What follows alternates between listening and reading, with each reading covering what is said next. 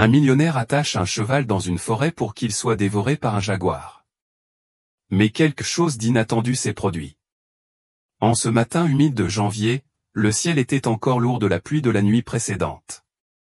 Les hautes herbes dégageaient une forte odeur de terre humide, et la forêt semblait plus vivante que jamais, mais il y avait quelque chose d'étrange dans l'air. João Miguel marchait lentement, comme il le faisait presque tous les jours, ramassant des feuilles de guaco et des racines de sucupira, lorsqu'il s'est arrêté. Soudain, il fronça les sourcils. Il avait entendu quelque chose, un bruit étouffé, presque un gémissement, mais cela ne semblait pas humain. Il se retourna lentement, entouré seulement par la solitude de la forêt, et resta immobile quelques secondes. C'était un hennissement, murmura-t-il en attrapant son chapeau de paille usé par les intempéries. Le son revint, plus faible, comme s'il implorait de ne pas être ignoré. Curieux et inquiet, João marchait lentement le long d'un sentier mal formé, poussant des feuilles mouillées avec son bras, jusqu'à ce qu'il voie, au milieu d'une clairière, sous un arbre tordu, quelque chose qui fit battre son cœur. Un cheval couvert de boue, si maigre que ses côtes dépassaient de sa peau, ses pattes arrière attachées ensemble avec une corde épaisse. Et le regard, oh, ce regard, un regard qui semblait demander de l'aide, ou peut-être un dernier au revoir. João s'agenouilla lentement, les yeux remplis de larmes. Mon Dieu, qui ferait une chose aussi cruelle? Alors que João essayait encore de comprendre la cruauté qu'il avait rencontrée au cœur de la forêt, à près de 30 kilomètres de là, un homme buvait du café sur son grand balcon, face à une plantation de soja qui s'étendait à perte de vue. Claudio Ferreira, entrepreneur agroalimentaire, propriétaire de 3 fermes, de 2 concessionnaires d'outils et de dizaines d'employés. À 62 ans et fort d'une fortune bâtie au fil des décennies, Claudio était connu pour être dur, exigeant, mais aussi pour sa froideur. Ce cheval n'était qu'une dépense inutile de plus, dit-il sèchement, en mettant du sucre dans son café, sans même regarder le pion qui se tenait devant lui. Monsieur Claudio, je suis désolé de vous demander ça, mais c'était un bon animal, sa patte était juste un peu blessée. Peut-être que si on appelait le vétérinaire. Claudio leva les yeux fermement. Tu paies le vétérinaire maintenant? Es-tu de son côté ou du mien? L'employé baissa la tête, déglutissant difficilement. Je savais qu'il valait mieux ne pas répliquer. Là-bas, quiconque parlait plus qu'il ne fallait se retrouver à la rue. Fais ce que je t'ai dit. Emmène l'animal dans la forêt et attache-le là, près du ruisseau asséché. Il y a des jaguars là-bas. Ce sera bientôt fini. La nature se chargera de ce que nous n'aurons pas à dépenser. Oui monsieur. Le pion partit lentement, chapeau à la main, sentant le poids de l'ordre sur sa poitrine. Claudio s'est remis à boire son café comme si de rien n'était. Pour lui, tout était une question de coût et de profit. Le sentiment était celui du luxe. Et le luxe, disait-il, était pour ceux qui pouvaient se permettre de perdre du temps. Le cheval, nommé Espora un jour par un cow-boy de confiance, était l'un des plus forts de la ferme. Fidèle, obéissant, il portait des charges, traversait des rivières, tirait des béhuffes au lasso, mais après avoir glissé sur une falaise et s'être blessé à la jambe, il resta boiteux. Ce n'était plus utile. Un animal qui ne sert à rien devient un fardeau, et nous éliminons les fardeaux, grommela Claudio en se levant de la belle chaise en bois. Il ne savait pas que le poids dont il essayait de se débarrasser se transformerait en quelque chose qu'il n'avait jamais prévu et qui changerait son nom dans les journaux à travers le pays. Et maintenant, je veux savoir de vous qui regardez cette histoire jusqu'à présent, de quelle ville regardez-vous? Laissez-le ici dans les commentaires. Ce sera beau de savoir où cette histoire vous touche. Il était tard dans l'après-midi lorsque le vieux camion de ferme est sorti de l'arrière, soulevant de la poussière rouge dans le ciel orange. À l'arrière du camion, allongé sur un tissu sale, se trouvait le cheval. Yeux tristes, pattes liées, pas de force pour hennir. 2 employés étaient dans la cabine, le silence régnait entre eux, jusqu'à ce que l'un d'eux se hasarde. « Es-tu sûr de ça, Arlindo ?»« Je ne le sais pas, » répondit l'homme le plus âgé en regardant dans le rétroviseur.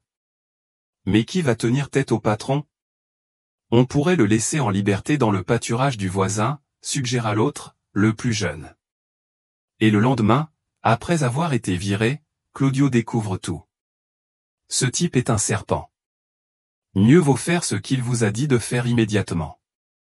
Les deux hommes descendirent au point indiqué, une étendue de forêt isolée, loin de la route, où il n'y avait aucun sentier. Seuls les animaux sauvages s'y promenaient. Avec difficulté, ils tirèrent le cheval jusqu'à un tronc d'arbre épais, où ils attachèrent ses pattes arrière avec des cordes solides et fixèrent son cou avec une autre, plus fine, mais suffisamment serrée pour limiter ses mouvements.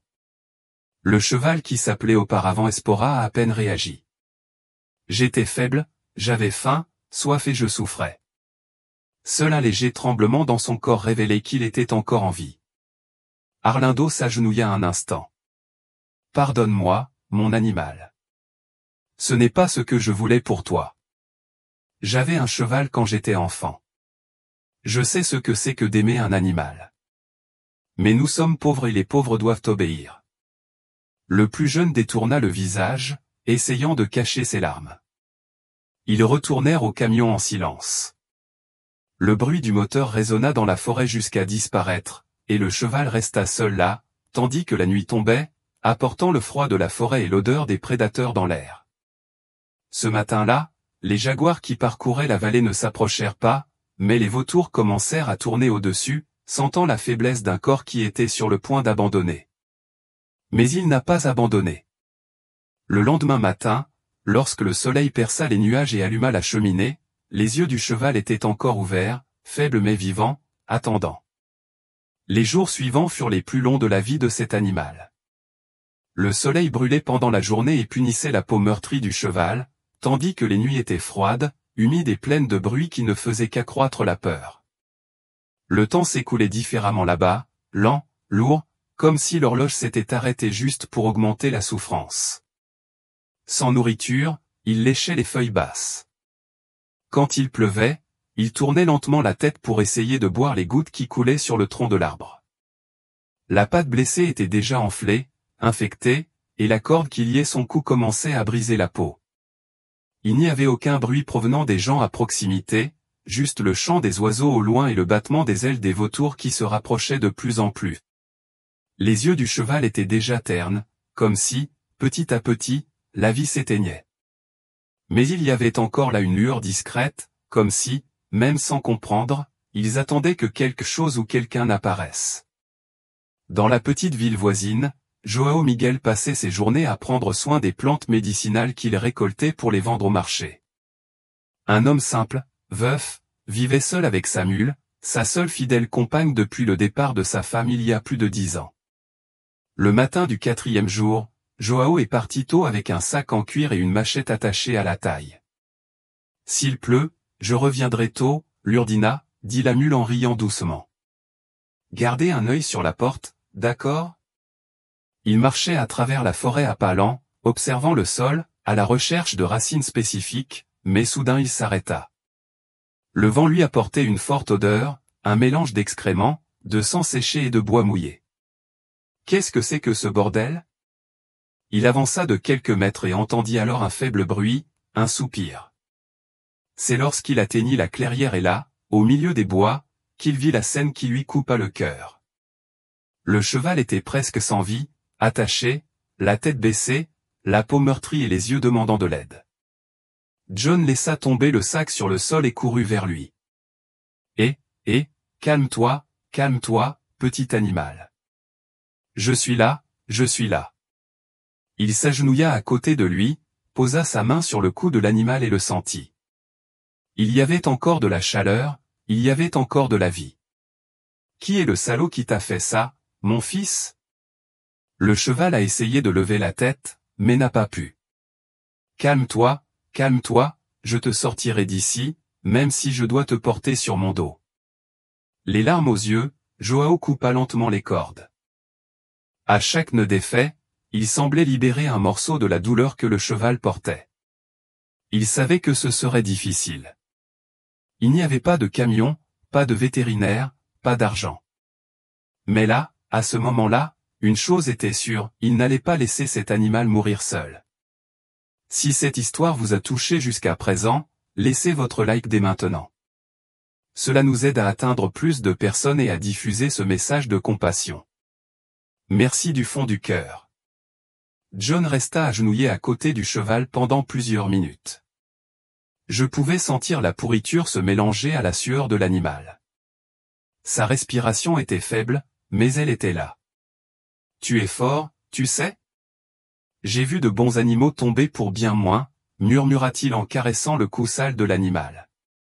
Il pensait courir vers la ville, mais il savait qu'au moment où il y arriverait et reviendrait, il serait peut-être trop tard. J'avais besoin de faire quelque chose sur le champ.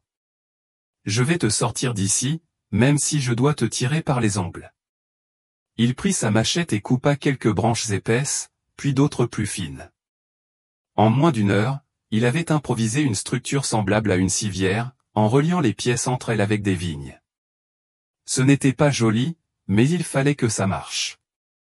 Il s'approcha du mulet qu'il avait laissé attacher quelques mètres plus loin, lui caressa le museau et dit, Lurdina, ça va être dur aujourd'hui, tu sais? Mais je compte sur toi.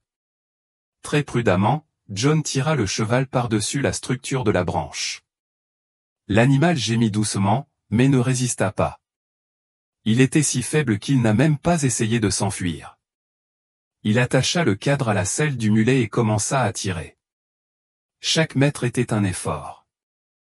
Les bois étaient denses, le terrain accidenté et le poids du cheval semblaient augmenter à chaque pas. Joao a glissé, est tombé, s'est relevé, a transpiré, a juré, a pleuré. Si vous aviez vu ma fille, vous auriez su qu'elle adorait les animaux. Elle est morte jeune, à 12 ans. Elle allait même chercher des opossums malades et en prenait soin à l'insu de sa mère. Il dit d'une voix étranglée en tirant sur la corde. Tu me fais penser à elle, tu sais? Si fragile, mais avec une force cachée. Cela a pris des heures, mais lorsque le ciel a commencé à s'assombrir, Joao a finalement atteint la porte de sa ferme.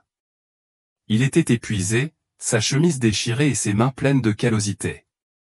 Mais quand il regarda en arrière et vit le cheval respirer encore, il ressentit une force qu'il n'avait pas ressentie depuis longtemps. Voilà, mon fils, maintenant tu es à la maison. Il emmena l'animal dans le vieux hangar en bois qu'il utilisait pour ranger ses outils. Il a tapissé le sol de vieux sacs de nourriture, a apporté des seaux d'eau propre et a commencé à laver le corps blessé avec du savon à la noix de coco. Tout ira bien, je te le promets. Cette nuit-là, Joao dormait là, assis sur un tabouret, la tête appuyée contre le mur et le bruit de la respiration du cheval en arrière-plan, encore faible, mais présent. Dehors, la pluie a recommencé à tomber, mais pour la première fois depuis des jours, il y avait un abri. Les jours suivants furent remplis de lutte. Joao Miguel s'est réveillé avant le soleil, a préparé une infusion avec des feuilles médicinales et l'a apportée au hangar. L'infection dans la patte du cheval était grave. Il y avait du pus, un gonflement et une forte odeur qui remplissaient la pièce. Tiens bon, mon pote. Ça va piquer, mais c'est pour ton bien, dit-il en versant le liquide chaud sur la plaie. Le cheval frissonna, gémit, mais ne se débattit pas. Tu es vraiment courageux, tu sais? C'est de là que vient ton nom, Valente. Ça y est, tu as déjà un nom. Tu vas t'appeler Valente, car même si tu as été jeté à la mort, tu es ici vivant. Le voisinage, bien sûr, l'a découvert. Donna et Tuvina, de la ferme voisine, est venue apporter un gâteau et a demandé avec curiosité, Joao, qu'est-ce que tu es allé soigner, homme de Dieu? Un cheval malade comme ça? C'est cher. Je suis trop vieux pour courir après la richesse, mais j'ai encore le temps de faire ce qui est juste. Elle soupira. Tu as toujours eu un cœur si tendre. Pas doux, juste bien utilisé. Même avec les commentaires, Joao n'a pas été ébranlé. Chaque jour, c'était la même routine, nettoyer les plaies, lui donner un bain avec un tuyau d'arrosage, lui offrir de la nourriture écrasée dans la main, lui faire avaler de l'eau sucrée quand l'animal ne voulait pas boire. Parfois, Valente passait des heures sans bouger, d'autres, il faisait un effort pour se relever, mais retombait peu après. Doucement, doucement. Pas besoin de courir maintenant, dit Joao en posant sa tête sur l'encolure du cheval. C'est le 10e jour qu'il entendit pour la première fois un hennissement plus fort. Valente était debout, titubant, oui, encore plus debout. C'est ça. C'est ça, mon fils, tu es vraiment vilain, hein? John a ri. Il a ri à haute voix, comme s'il n'avait pas ri depuis des années. Ma femme, si elle voyait cela, dirait que c'est un miracle.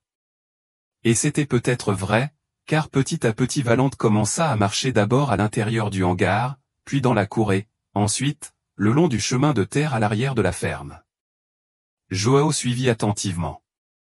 Il a même fabriqué une petite corde pour le guider, mais il l'a à peine utilisée. Tu n'es pas mon prisonnier, tu es mon ami, va où tu veux. Et ainsi, l'homme et le cheval devinrent inséparables. Un vieil homme solitaire et un cheval marqué par la douleur. Tous deux avec des cicatrices que personne n'a vues. Tous deux apprennent à vivre à nouveau. Au fil des jours, Valente n'était plus le cheval mourant de la forêt. Il boitait encore un peu, mais il trottait déjà lentement dans la cour, sentant l'herbe fraîche et même hennissant lorsqu'il vit Joao s'approcher avec le seau de nourriture. Le quartier, jusque-là suspect, commençait à être enchanté. Les enfants se sont arrêtés à la clôture pour voir le cheval sauver des bois. Joao sourit maladroitement, fier comme un père, montrant à son fils son premier jour d'école. Il est plus poli que beaucoup d'adultes, dit-il en passant sa main dans sa crinière désormais propre. Mais il y avait quelque chose de plus profond qui se passait là, quelque chose que personne ne voyait. Joao, veuf depuis des années, n'avait pas vraiment souri depuis qu'il avait perdu sa fille dans un accident de voiture dans un virage de la BR 020. Depuis lors, la maison est devenue plus silencieuse, le temps plus lent et son cœur plus fermé, jusqu'à ce que Valente apparaisse. Tu sais, mon ami, tu m'as encore réveillé, avouait-il la nuit, assis à côté du hangar, regardant les étoiles. Je ne voyais plus aucun sens à rien, je faisais juste les choses pour le plaisir de les faire, jusqu'à ce que je te trouve dans cette forêt. Valente était allongé à proximité, comme s'il comprenait chaque mot. Tu m'as redonné un but, tu m'as fait me lever plus tôt, m'inquiéter, m'occuper de moi. C'est ça, c'est la vie. Un après-midi, alors qu'elle vit Joao nettoyer les sabots du cheval, Donna et Telvina réapparut. Joao, tu as l'air différent. Même ton visage est plus rouge. Je suis venu parce que quand on prend soin de quelqu'un, c'est comme si on prenait soin de soi aussi, tu sais? Je comprends, et j'avoue que j'ai été ému par la façon dont ce cheval te regarde. John sourit. Ce n'est pas seulement un cheval, non. C'est un remède pour l'âme. À partir de ce jour, Joao a commencé à enregistrer les moments avec Valente. J'ai demandé à mon petit-fils, quand il est venu de la ville, d'enregistrer des vidéos sur son téléphone portable. Des choses simples, une douche avec un tuyau, l'heure du repas, une promenade le long de la route. Mais c'est une vidéo en particulier qui a tout changé. Le petit-fils a filmé Joao marchant avec Valente à ses côtés, sans harnais, sans corde, juste tous les deux, côte à côte, comme s'ils étaient de vieux amis marchant en fin d'après-midi. Joao a dit en regardant la caméra, « Voici Valente. » Ils ont essayé de lui ôter la vie, mais il a choisi de vivre et a sauvé la mienne aussi. La vidéo a été publiée avec la légende, un cheval qui a survécu à la cruauté humaine et a redonné espoir à un cœur solitaire. En quelques jours, ce qui devait être un simple record s'est transformé en véritable commotion. Des milliers de partages, des commentaires de tout le Brésil, des gens qui disent avoir pleuré, avoir été émus, avoir été inspirés. Valente est devenu un symbole de dépassement, Joao un symbole de compassion. Et ainsi, une histoire qui a commencé dans la douleur a commencé à prendre une nouvelle direction. Et vous qui regardez jusqu'à présent, êtes-vous abonné à la chaîne? Si vous ne l'avez pas encore fait, profitez-en maintenant. Ici, nous racontons des histoires qui touchent le cœur et montrent que même dans les pires situations, il peut encore y avoir un nouveau départ. Lundi matin, Joao balayait la cour lorsqu'il a entendu le cri de son petit-fils qui courait du bord de la route avec son téléphone portable à la main. J'y vais, vous n'allez pas le croire. La vidéo de Valente est devenue virale. Quelle vidéo? Celle que j'ai postée hier sur TikTok et Facebook a déjà plus de 500 000 vues. Joao écarquilla les yeux sans vraiment comprendre ce que cela signifiait. Mais tous ces gens nous regardent. Pourquoi, mon fils? Parce que ton histoire est belle, grand-père. Elle est vraie. Tout le monde a été ému. Regarde les commentaires. Le garçon a remis le téléphone portable. Joao, les yeux mi-clos, commença à lire. J'ai pleuré en regardant cette vidéo. Quel homme béni! Ce cheval représente tant de personnes qu'on a laissé mourir et qui ont gagné. Félicitations, monsieur Joao. Le monde a besoin de plus de gens comme vous. Il sentit une boule dans sa gorge, s'assit sur le cadre de la porte et resta silencieux pendant un moment, absorbant tout cela. Et moi qui pensais que ma vie était finie, murmura-t-il avec émotion.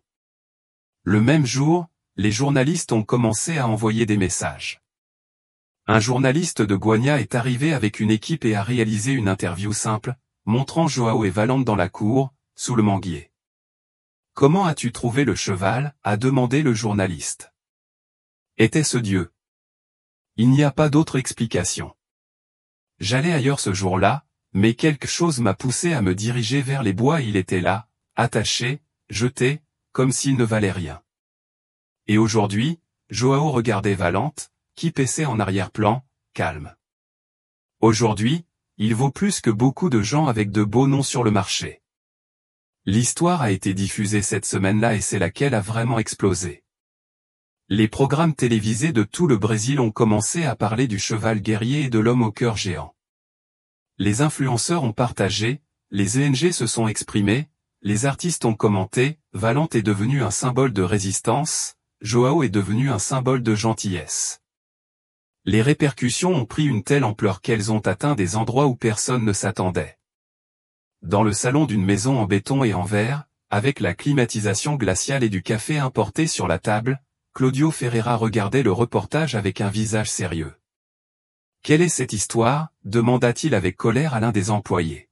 « On dirait que c'est ce cheval, monsieur Claudio, celui de la forêt. »« Que veux-tu dire ?»« On dirait qu'il n'était pas censé mourir. »« Eh bien, mais il semble qu'il ne soit pas mort. » Claudio se leva lentement, en plissant les yeux. « Ça va me donner mal à la tête. » Et il avait raison. Très bientôt, cette histoire qu'il croyait enterrée allait revenir comme un ouragan. La renommée de Valente grandit plus vite que Joao ne pouvait la suivre.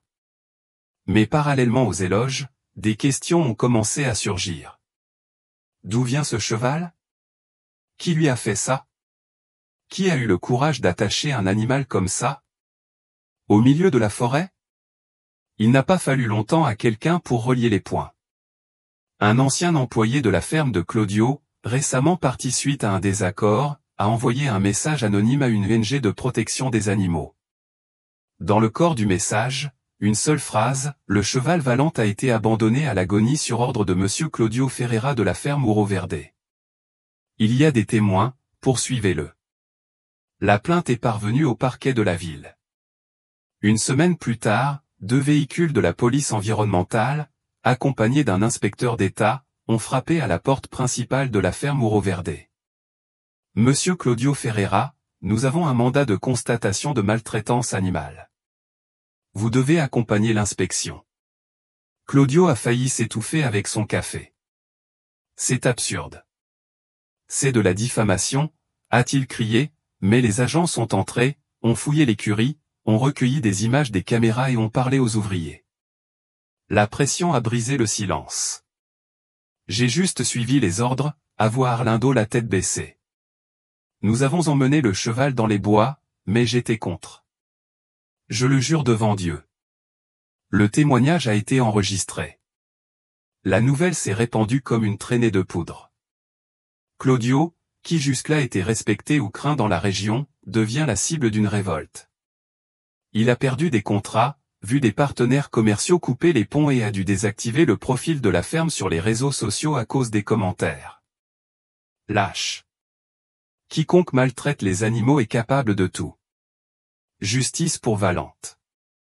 Devant la mairie, un groupe d'habitants a organisé une marche, des affiches, des t-shirts, des enfants tenant des banderoles avec la phrase « Valente vit et mérite le respect ». Joao, de ce côté, observait tout avec des yeux calmes. « Je n'aurais jamais pensé que ma ferme ferait la une des journaux », a-t-il dit à son petit-fils. « Je le ferai, mais aujourd'hui, les gens sont las de tant d'injustice et quand une histoire comme celle de Sénor et Valente apparaît, ils s'y accrochent. Ça leur donne de l'espoir, tu sais ?» John soupira profondément. « J'espère que cela sera utile, pas pour moi, mais pour lui, Valente. » Il était allongé à côté du hangar, la tête haute, regardant Joao, comme il le faisait toujours, comme s'il comprenait tout et pardonnait. « Et vous qui êtes avec nous jusqu'à présent, vous aimez les histoires de chevaux? Alors laissez-le ici dans les commentaires. J'adore les histoires de la Bible. Seuls ceux qui aiment les histoires de foi, d'espoir et de dépassement commenteront ceci. » La semaine après la dénonciation, le nom de Claudio Ferreira était partout, les journaux locaux, les stations de radio, les blogs, les réseaux sociaux et même les programmes de télévision nationaux ont rapporté le scandale impliquant le millionnaire qui avait fait attacher un cheval pour qu'il soit dévoré par un jaguar. Dans une vidéo divulguée de l'enquête, le témoignage de l'ouvrier agricole Arlindo a fait l'effet d'une bombe. Il a dit qu'il valait mieux l'attacher dans les bois, qu'il était moins cher de laisser le jaguar le manger que de payer le vétérinaire. Le pays tout entier a réagi avec indignation. Pendant ce temps, Claudio essayait de contrôler les dégâts, engageait un avocat célèbre, menaçait de poursuivre les rapports, essayait de publier une déclaration disant qu'il ne savait rien, mais personne ne le croyait plus. Ce que l'on pouvait entendre dans les rues de la ville était « Maintenant, il va goûter à sa propre médecine. Il a toujours traité tout le monde comme des déchets. Maintenant, les gens voient qui il est vraiment. Aucune somme d'argent ne peut effacer cette honte, non. » À l'intérieur même de la ferme, il y a eu une bousculade. 3 employés ont démissionné. Un fournisseur a rompu le contrat en invoquant un manque d'éthique. Les actions de la société de Claudio ont chuté. Il s'enferma dans la grande maison, enfermé, ruminant sa haine. Mais ce qui a fait le plus mal, c'était le silence de la famille. La fille, qui étudiait à Sao Paulo, a envoyé un court message, « Papa, je suis déçu. Tu as dépassé toutes les limites. » La femme embarrassée s'est rendue chez sa sœur. Claudio, seul, avec sa propre fierté, regarda par la fenêtre du salon et murmura, « Tout ça à cause d'un cheval. » Il n'était plus le maître de la ville, il n'était plus l'homme redouté. Il n'était plus qu'un nom à la une des journaux, associé à la cruauté. Pendant ce temps, Joao Miguel continuait sa routine avec Valente, il ne recherchait pas la célébrité, il ne s'impliquait pas dans des disputes, il prenait juste soin de lui. Le matin, il le baignait, l'après-midi, il l'emmenait paître, le soir, il s'asseyait à côté de l'animal et lui parlait doucement, comme s'il comprenait chaque mot. Tu as vu, n'est-ce pas, Valente, le monde tourne, et parfois le rond-point est beau à voir. Valente hennit doucement, comme s'il était d'accord, et tout le Brésil regarda cela se reproduire. Le temps a passé, les gros titres se sont calmés, mais ce qui ne s'est pas calmé, c'est l'affection du peuple pour Joao, Miguel et Valente. Chaque week-end, quelqu'un de nouveau se présentait à la porte de la ferme, des journalistes curieux, des enfants avec des dessins à la main, des gens de tout le Brésil qui voulaient voir de près le cheval qui a vaincu la mort et l'homme qui a sauvé une vie. Joao a accueilli tout le monde avec humilité, a servi du café filtre, a montré le hangar où Valente dormait, a raconté l'histoire avec la même simplicité avec laquelle il arrosait le citronnier. « J'ai seulement fait ce que tout le monde devrait faire, » dit-il en ajustant son chapeau sur sa tête. La différence, c'est que j'ai eu le courage de ne pas tourner le dos. Un jour, 2 représentants d'une ONG internationale sont arrivés. Ils ont fait une proposition. « Monsieur Joao, nous souhaitons contribuer à transformer cet espace en refuge permanent pour chevaux maltraités. Nous pouvons offrir structure, nourriture et assistance vétérinaire. Seriez-vous partant ?» Joao réfléchit un instant, regarda Valente, qui paissait tranquillement en arrière-plan, comme s'il savait ce qui était en jeu. « Si cela peut sauver davantage de vies comme la sienne, alors faisons-le. » C'est ainsi qu'est né le Refugio Valente. En quelques mois, l'ancienne ferme s'est dotée de nouveaux espaces clôturés, d'une petite grange, d'abreuvoirs automatiques, d'un simple rond de longe pour la réhabilitation des animaux et même d'un espace ombragé pour les visiteurs.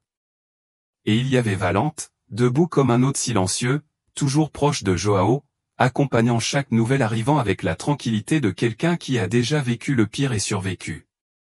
Un cheval aveugle d'un œil, sauvé d'un charretier qui le battait, est arrivé en boitant. J'en l'appelais Espérance. Une jument enceinte abandonnée sur un chemin de terre est apparue des mois plus tard. Elle s'appelait Lucia. Le refuge a commencé à recevoir du soutien, de la nourriture, des médicaments, de l'affection. Mais ce qui est venu le plus, c'était la gratitude. Gratitude de la part de ceux qui ont trouvé dans ce lieu un rappel que la vie peut être dure, oui, mais qu'elle peut aussi être transformée par un simple geste d'amour. Un après-midi, Joao était assis sur le banc en bois sous le manguier lorsque son petit-fils s'est approché. « Je le ferai, si tu as déjà réalisé que Valente a sauvé bien plus que lui-même. » Joao regarda le cheval qui dormait debout, avec sa queue chassant les moustiques. « Il m'a sauvé et maintenant il sauve aussi d'autres personnes. » Il sourit. En fait, il est devenu ce que beaucoup de gens essaient d'être nécessaire toute leur vie. Et dans ce sourire marqué par les rides et les cicatrices d'une vie difficile, il y avait une paix que Joao n'avait pas ressentie depuis des années. La paix de quelqu'un qui, sans le savoir, est devenu un exemple. La paix de celui qui a offert un abri et reçu le salut. C'était un dimanche nuageux lorsque Joao s'est réveillé plus tôt que d'habitude. Quelque chose le dérangeait. Il avait rêvé de sa fille cette nuit-là. Elle sourit, courut pieds nus dans la cour et désigna l'horizon en disant « Père, regarde là. Regarde ce que tu as fait. » Encore secoué par le rêve, il se leva et se dirigea directement vers le hangar. Il y avait Valente, allongée, calme, la tête haute tandis qu'il voyait Joao s'approcher. « Bonjour, mon pote, dit-elle en passant sa main sur son cou.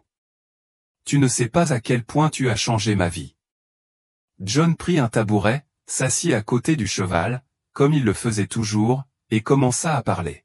« Tu sais, Valente, quand je t'ai trouvé dans cette forêt, je pensais que c'était toi qui ne tenais qu'à un fil, mais aujourd'hui je vois que celui qui était sur le point de mourir, c'était moi à l'intérieur. » Valente secoua l'oreille et posa sa tête contre son épaule. Joao ferma les yeux pendant quelques secondes, comme pour les remercier silencieusement. Soudain, il y a eu le bruit d'une voiture sur la route. C'était un gros véhicule sur lequel était imprimé le logo d'une chaîne de télévision. 2 journalistes et un caméraman sont descendus. « Monsieur Joao, nous sommes de TV Nationale. Nous sommes venus enregistrer un reportage spécial avec vous et Valente. Votre histoire sera diffusée dimanche soir. » John sourit simplement. « Ah, alors montrons ce bel endroit au Brésil pour qu'il le voie. » Pendant que l'équipe installait le matériel, le petit-fils de Joao s'est approché de lui et lui a montré quelque chose sur son téléphone portable. « J'y vais. Regarde ça. La vidéo de Valente a plus de 10 millions de vues. Tout ça, mec. Et ça ne s'arrête pas là. » L'avocat de Monsieur Claudio a envoyé une note demandant des excuses publiques. Il a dit que son patron le regrettait et qu'il essayait de recommencer dans une autre ville, loin d'ici. John resta silencieux un instant. Puis il dit calmement. « Que Dieu lui pardonne comme le Valente l'a déjà fait. Le Seigneur lui pardonne-t-il aussi ?» John regarda le cheval, puis son petit-fils. « Pardonner, ce n'est pas oublier, c'est choisir de ne pas porter la haine. La vie est déjà trop lourde pour que nous puissions garder ce qui est inutile. » L'équipe de reportage a ensuite demandé une dernière image. Joao et Valente marchant côte à côte, comme dans le premier enregistrement. Et c'est ainsi que cela s'est passé. La caméra les a capturés tous les deux, marchant sur le chemin de terre, lentement, en silence. Joao avec un chapeau sur la tête et un sourire discret, courageux et ferme, avec la cicatrice sur sa patte encore visible, mais marchant avec dignité.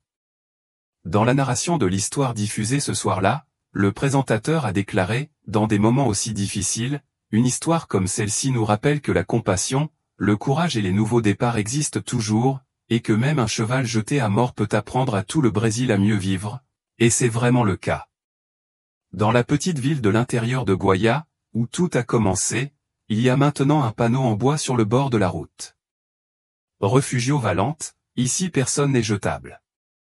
Et quiconque passe par là, à pied, à vélo ou avec le cœur brisé, trouve un homme simple et un cheval fort côte à côte, comme s'ils n'avaient jamais connu l'abandon. Mais ils le savaient tous les deux, et c'est pourquoi ils ont survécu ensemble. Des mois se sont écoulés depuis que João Miguel a trouvé ce cheval attaché dans la forêt. Aujourd'hui, le Refugio Valente abrite 8 chevaux sauvés, chacun avec sa propre histoire marquée par la douleur, mais aussi par un nouveau départ. Les bénévoles vont et viennent. Les enfants y apprennent la valeur de l'empathie. Les adultes sont émus par le silence serein des animaux.